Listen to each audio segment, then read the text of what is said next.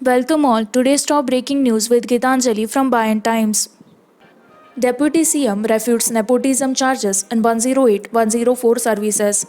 Deputy Chief Minister Health Allakali Krishna Srinivas Alanani has said procurement of vehicles and selection of service provider for 108 and 104 services, which were launched by Chief Minister Y.S. Jagannath Reddy on July 1, were done in a transparent manner.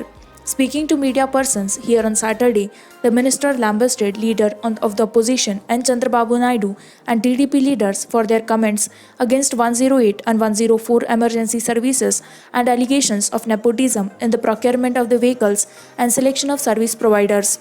When not only people of the state but also the entire country are appreciating the Chief Minister's efforts to improve public health sector and revamp 108 and 104 services, Chandrababu Naidu and his men are resorting to mudslinging, he observed, stating that 104 and 108 services were revamped with an objective to take medical and health services to the doorsteps of the poor and needy in the rural and agency areas apart from urban areas. The minister said he came before the media on the directions of the Chief Minister to explain the facts.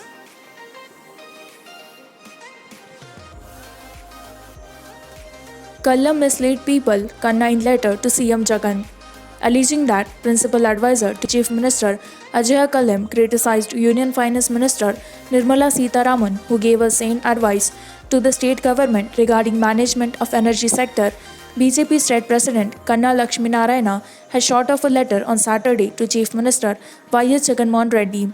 He accused Ajay Kallam of deliberately misleading the public by claiming that no international agreements on renewable PPAs were withdrawn and advised the state to introspect its short-sighted and rash decisions. The state BJP chief claimed in the letter that power prices in Tamil Nadu, Telangana, Karnataka, Rajasthan and Gujarat were lower than the prices charged in Andhra Pradesh, the states referred to by Ajay Kallam.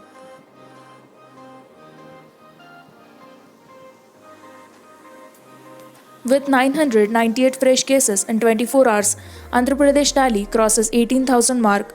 India recorded its highest single-day COVID-19 spike with 24,850 people testing positive for coronavirus infection and 613 succumbing to the disease in the last 24 hours. The rise in caseload took the country's tally to 6,73,165 and the death toll to 19,268 on Sunday, according to the Union Health Ministry data. The number of recoveries stands at 4,09,082, while one patient has migrated.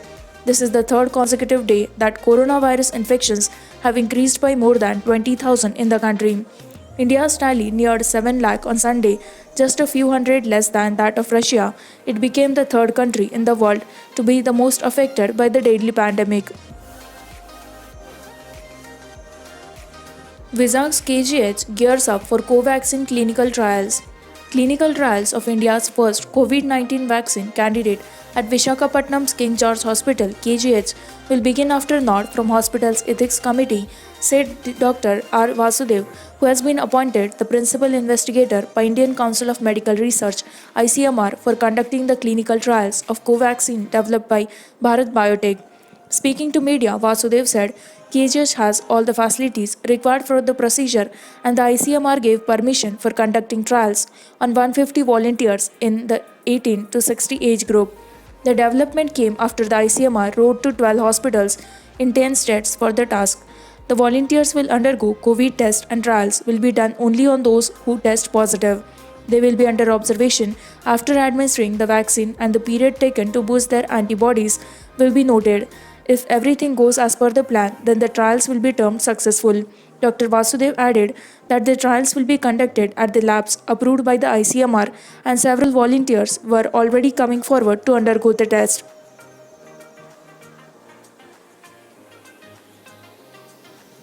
Rescue Telangana from clutches of KCR, OIC, says BJP. Union Minister of State for Home Affairs G. Kishan Reddy asked the people of Telangana to free the state from the clutches of Chief Minister K. Chandrasekhar Rao and AIMIM Supremo Asaduddin Owaisi. Addressing the Hyderabad Rangareddy district's Jasamvad Sabha virtual rally from party office in Hyderabad on Saturday, he alleged that Telangana had become a pawn in the hands of both families. State government has failed completely in combating the COVID crisis in the state, especially in Hyderabad. The divert attention of people, the state government has been making comments against the central government, he stated, and asked the state government to conduct more number of tests to prevent the people from the deadly virus.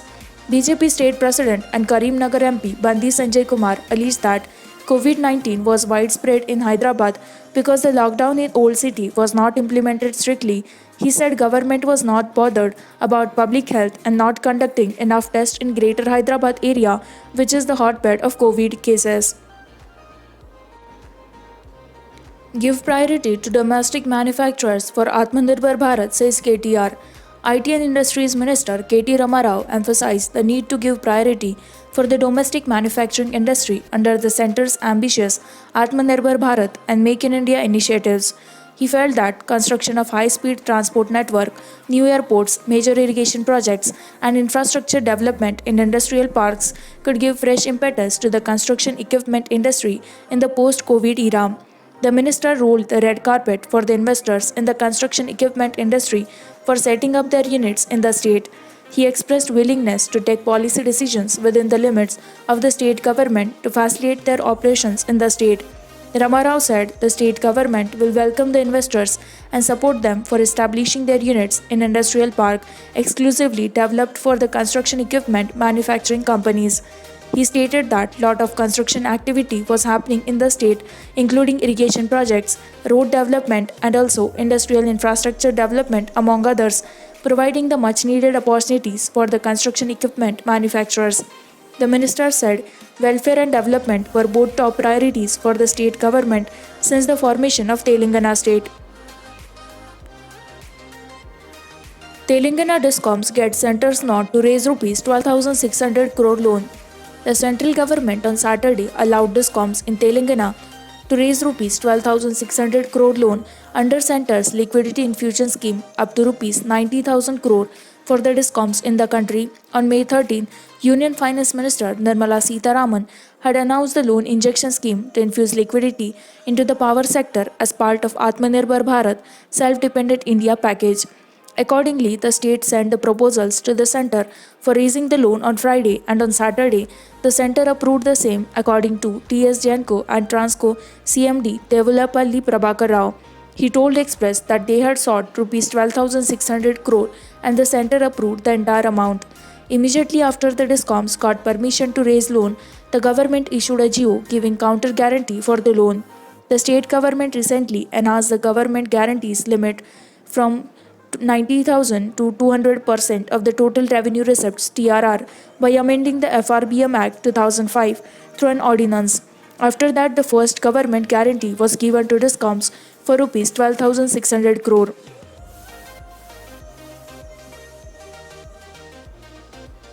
After centre's order NIMS to start phase 1 of Covaxin clinical trials on July 7, the Nizam's Institute of Medical Sciences (NIMS) in Hyderabad has been selected as one of the 6 centers across country where phase 1 clinical trials for Covaxin, the vaccine against COVID-19 developed by Bharat Biotech, would be conducted, NIMS Director Dr. K. Manohar said. Dr. Manohar said many people have already sent emails and made phone calls expressing interest to participate in the clinical trial. Around 60 subjects would participate in the trials. A meeting of the Institutional Ethics Committee was convened on Saturday in this regard. Once the approval is accorded, NIMS would start screening healthy subjects for the clinical trial from July 7. As part of the screening, blood and swab samples will be collected from the subjects and sent to ICMR in New Delhi for testing in designated labs, he said.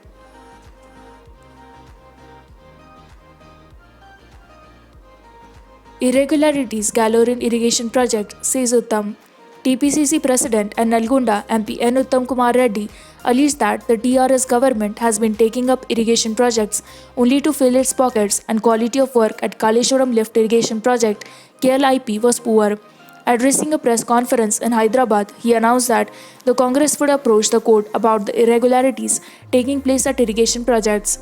He alleged that the subcontracts of the projects were assigned to some TRS leaders without following quality control QC rules. He alleged that the breached canal works was given to Pelleru, MLA Upendar Reddy and MLC Karne Prabhakar as a subcontract, and the work was assigned as a gift for changing party. He asked the party cadre to protest with black badges and flags in front of the electricity offices across the state against the inflated electricity bills.